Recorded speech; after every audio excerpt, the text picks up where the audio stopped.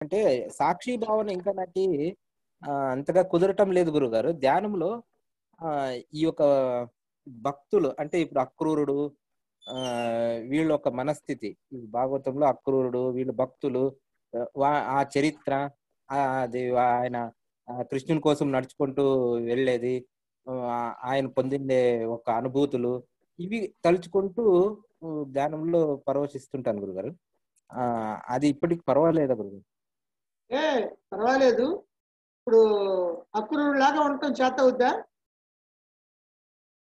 ఇప్పుడు ఇది సాక్షిభావం నాకు కుదరలేదు అన్నారు, అక్రూరుడు లాగా ఉండటం కుదురుద్దా? అది అసలు కుదరదు.